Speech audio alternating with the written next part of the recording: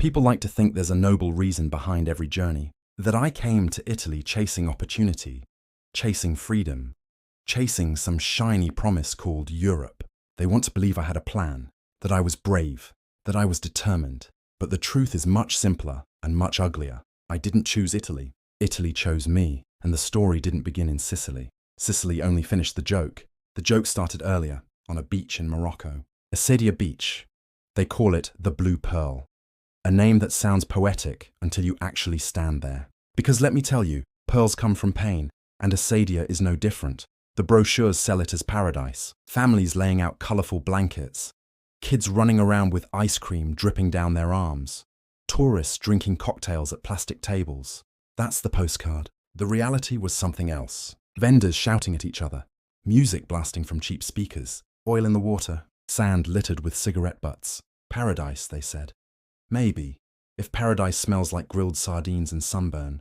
For me, it wasn't paradise. It was boredom. And boredom in Morocco is heavier than hunger. Hunger you can fight.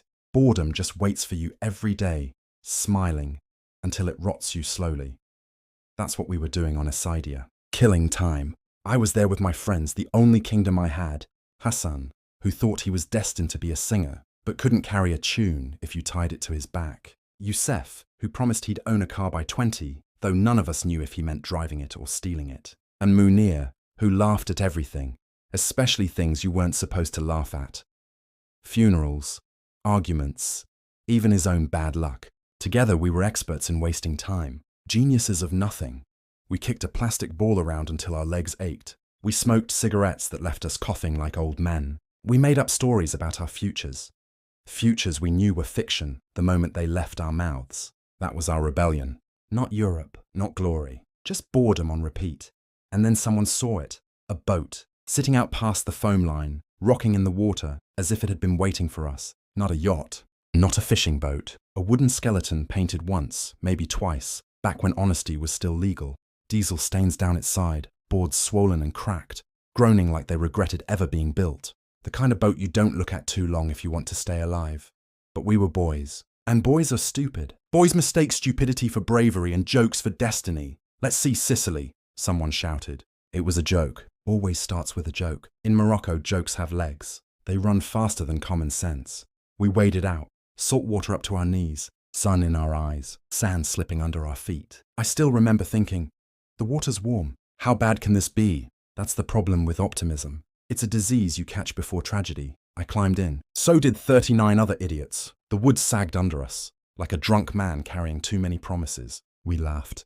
Laughter is cheap courage. We laughed while the boat whined, while the boards complained, while the sea itself seemed to be waiting. And then the engine coughed. Not a roar, not the steady hum of something reliable.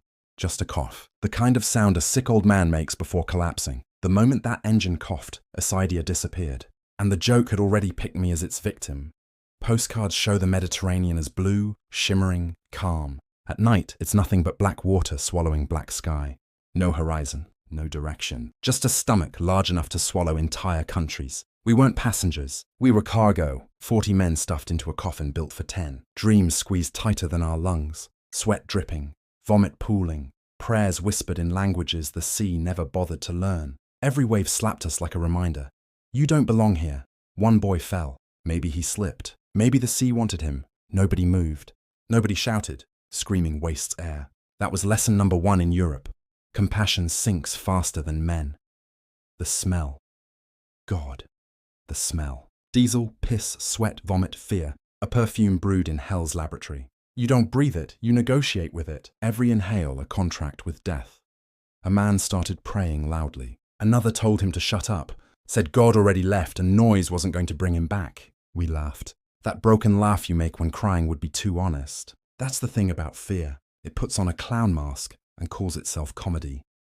The sea wasn't majestic. It didn't sing. It coughed. Short, ugly coughs. The same sound guns would make later in Sicily. Maybe the sea was teaching me the soundtrack of my future. Hours blurred into days. Or maybe minutes. On boats like that, time isn't real. Only fear is. Only silence is. Silence became our shared language. Eyes stared into nothing. Hands gripped wood as if holding tighter would convince it to float longer. As the boat shuddered forward, I thought of Morocco. The narrow alleys, the bakeries at dawn, My father telling me to work, marry and die quietly, like life was a shopping list. My mother not asking questions, because feeding one more son costs more than burying him. That's love where I come from. Affordable, practical love. People talk about missing home. I didn't miss Morocco. I missed boredom. Boredom doesn't kill you. Boats do. And then, at last, lights. Sicily, not golden, not holy. Just electricity buzzing, indifferent, mocking. Some men cried. Some prayed. I laughed, not because I was happy, but because the joke had revealed itself. I had left one silence for another. Morocco's silence was small. Sicily's silence was infinite. We didn't arrive at docks. Docks are for tourists, for ferries with passports. We arrived on a strip of filthy shore, rocks sharp enough to cut skin. No crowd, no welcome. Just smugglers, men smoking in the shadows, checking us like butchers inspecting meat. They didn't ask names. They didn't care who had died on the way. They only cared that the boat returned intact. Boats are valuable, men are not. Locals nearby pretended not to see. Windows closed, doors locked, eyes looked elsewhere. Sicily's silence was already working overtime. We stumbled onto the beach, legs shaking, stomachs empty, hearts cracked open. A boy vomited into the sand. Another kissed the ground like dirt could save him. Me? I stood there laughing at the irony. Essaidia sold me paradise. Sicily sold me irony. That's when it happened. Someone asked my name. I said. One of them smirked. Happy, he said. Everyone laughed. I laughed too, because laughter was safer than silence in that moment. And just like that, I wasn't Said anymore. I was happy. A nickname sharp enough to cut, heavy enough to bury me. So when people ask, why Italy? I don't give them the fairy tale. I don't say freedom, opportunity, or dreams. Those are brochures, not truth. The truth is this. I came because I was bored, because I laughed too loud on Essaidia Beach, because my friends thought stupidity was fun, because the sea wanted entertainment, because a coffin with an engine coughed once, and I didn't step back. That's why. Not destiny, not ambition, just boredom, a joke, and bad timing, and Sicily. Sicily greeted me the way it greets everyone who washes up on its shores, with silence, with shadows, with a nickname cruel enough to make you laugh while you're dying inside. Happy. The saddest joke I ever heard.